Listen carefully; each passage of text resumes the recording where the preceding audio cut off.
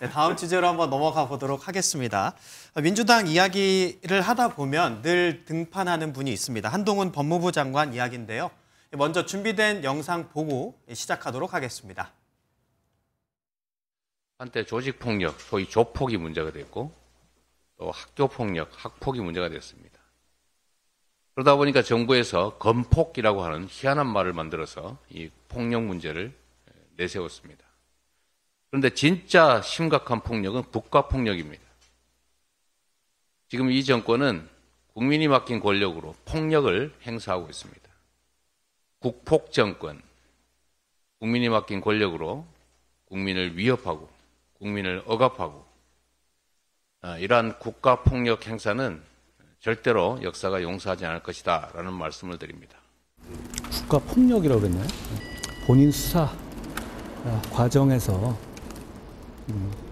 몇 분이나 돌아가셨는지 한 번만 생각해 본다면 본인이 데이트 폭력이라고 하면서 변호했던 흉악범의 피해를 한 번만이라고 생각해 본다면 폭력이라는 단어를 가지고 뜬금없이 저런 말 만들어낼 것 같지는 않습니다.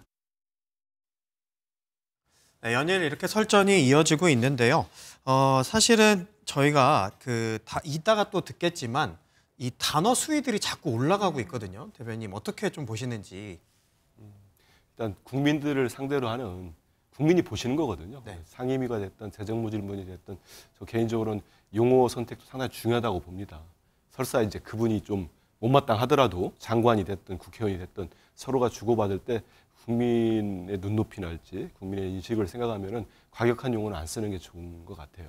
다만 저는 이제 한동훈 장관께서 좀 특히 민주당 의원들 질의에는 정말 너무 자주 이렇게 화를 내요.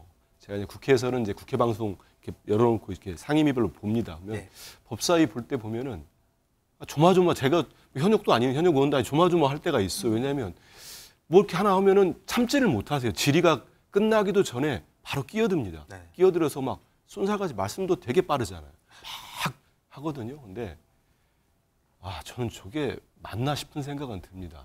저도 기자 생활을 한 24년 넘게 했습니다만 저런 법무장관은 처음 봤어요. 그리고 제가 개인적으로 상당히 인품이나 평가하는 정성우 의원께서 저질 장관이라고 20년 정치 인생에서 그런 말씀 하셨잖아요. 저도 동감이 가더라고요.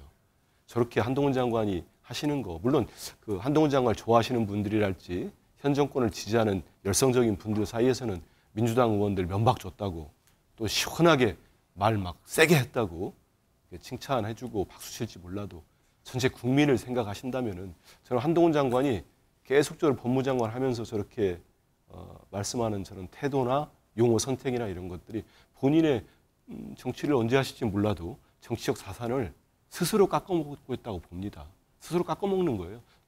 저분이 수도권의 어느 지역 다음 총선에 나온다면 본인들의 아주 강성, 터판 말고 다른 데는 쉽지 않을 거예요. 저는 그 정도로 확장력 없다고 봅니다. 그게 스스로 깎아먹고 온 거예요. 지금 1년 반 동안. 그래서 여러 차례 여기 우리 방송에서 얘기했지만 그만했으면 좋겠어요. 저도 피곤합니다. 피곤하고 많은 국민들이 피로도가 높아졌거든요. 그래서 진짜 법무장관으로서의 어떤 행동, 태도, 품격 좀 맞췄으면 좋겠습니다. 네. 피곤하시다고는 했지만 저희가 준비한 영상이 있어서 하나 더 볼까 하는데요. 최근 법사위에서 최강욱 의원과 또 한동훈 장관이 설전을 벌였습니다. 그 영상으로 먼저 보고 이야기 시작해 보겠습니다. 취지를 잘 알면 취지에 맞게 답변을 해보세요. 그러니까 자 상호하고 계산돼요. 지우고 발표 저렇게 그러니까 자꾸 깐죽거린다 소리 듣는 거예요. 얘기를 깐죽거린다는 말이 직접 하는 정도는 좀 심하지 않아요? 아니 말씀을 답변하면서 맨날 반말하지 마세요라고 얘기하죠. 예. 깐죽거리지 마세요. 그러니까 자꾸 반말 듣는 거예요. 위원장님, 저는 이거는 항의를 드릴 수밖에 이거 봅시다. 없습니다. 예, 해당 음식점을 음식점의 상호하고 결제 금액을 답변하지 않겠습니다. 제발 좀 태도를 무겁게 가지기 바랍니다. 최강욱 위원님한테 그런 얘기 대한 진짜 이상합니다. 저렇게 하여튼 그 국무위원의 태도냐고요.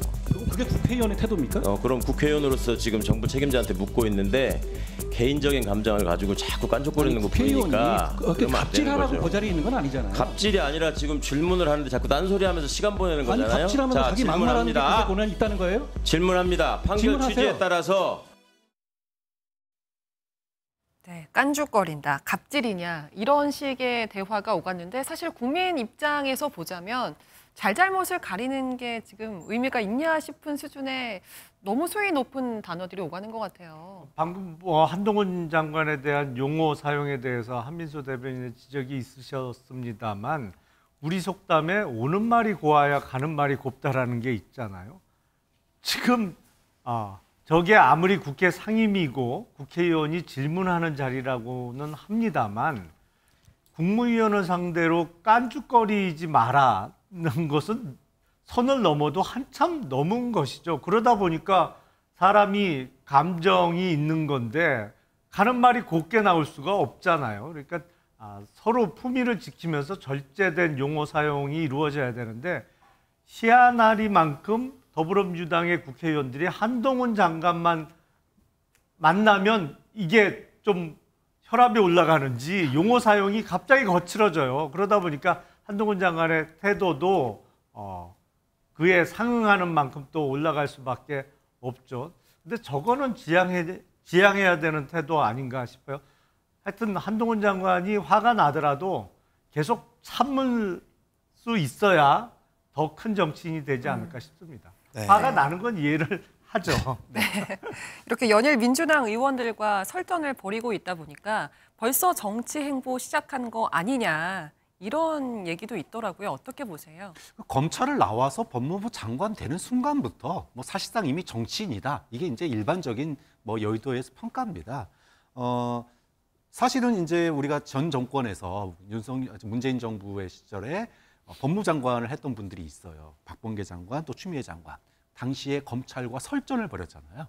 지금 그 역할을 고스란히 거울 이미지, 반대 이미지로서 한동훈 법무부 장관이 야당과 설전을 벌이고 있는 거다. 이렇게 보는 게 맞는 것 같고, 한동훈 장관의 그런 정치가 이제 중요한 거는 이제 먹히느냐 안 먹히느냐잖아요.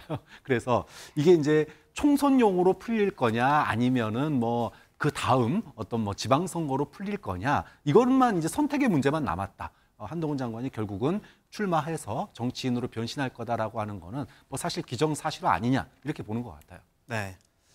아까 이전 의원님께서 말씀해 주셨는데, 김 전 의원께서 말씀해 주셨는데 오는 말이 고와야 가는 말이 곱다 하셨는데 가는 말이 고와야 오는 말이 곱다가 이제 원래 속담은 맞는데 말씀해 주신 거 보니까 오는 말이 고와야 가는 말도 고울 것 같습니다. 네, 일단 이제 마지막으로 또 질문을 드리자면 사실 한동훈 장관의 출마 이야기는 계속해서 나오는 부분이지 않습니까? 사실 수도권 내부에서는 필요하다라는 이야기도 많이 나오는데 또 영남권에서는 그렇게 필요 없을 것 같은데라는 이야기도 나오거든요. 그 부분 짧게 좀 짚어주시죠. 영남권 의원들은 일단 절박성이 별로 없잖아요. 영남권은 어떻게 해서라도 가능성이 높으니까 좀 편하게 얘기하는 듯이고 수도권에서는 어쨌든 수도권 위기론이 실체가 있냐 없냐를 떠나서 그런 얘기가 나온다는 것 자체가 지금 말하자면 여당으로서 수도권에서 조금 더 약진을 해야 되고 반드시 이겨야 되는 절박성이 있기 때문에 저는 나오는 얘기라 본다면은 저는 가용한 인재를 다 동원해야 된다고 봅니다. 그러니까 이를테면은 한동훈 장관이나 원희룡 장관 같은 경우는 윤석열 정부의 아이콘과 같은 그런 장관들 아닙니까? 그러면 원희룡 장관 같은 경우는 경기도 고향이라든가 한동훈 장관은 서울의 어떤 상징적이고 그다음에 또 나경원 전 의원, 안철수 의원 이런 분들 말하자면 수도권에서 중도성과 확장성 있는 모든 사람들을 전진 배치시켜서 이겨야죠. 저는 그렇다면은 우리가 원래 총선에서 여당이 쓸 수 있는 카드 중에 하나가 인물입니다. 새로운 인물과 그다음에 검증받고 그다음에 국민들에게 대중적으로 알려진 사람들을 전면에 포진시킴으로써 저는 총선에서 이길 수 있는 그런 전략을 마련한다. 그러면 저는 한동훈 장관도 당연히 대상이 되어야 된다고 보고 다만 아주 쉬운 이런 것보다는 상징적인 곳에 투입되면서 전선을 형성하고 긴장감을 형성하고 하면서 여당의 어떤 절박성들을 보여주는 그런 컨셉으로 가거나 그런 전략으로 간다 그러면 한동훈 장관의 출마라든가 지금 현재 여권에서 유력하게 거론되고 있는 분들의 전진 배치는 저는 당연히 총선 전략으로 고려해야 된다고 봅니다. 네.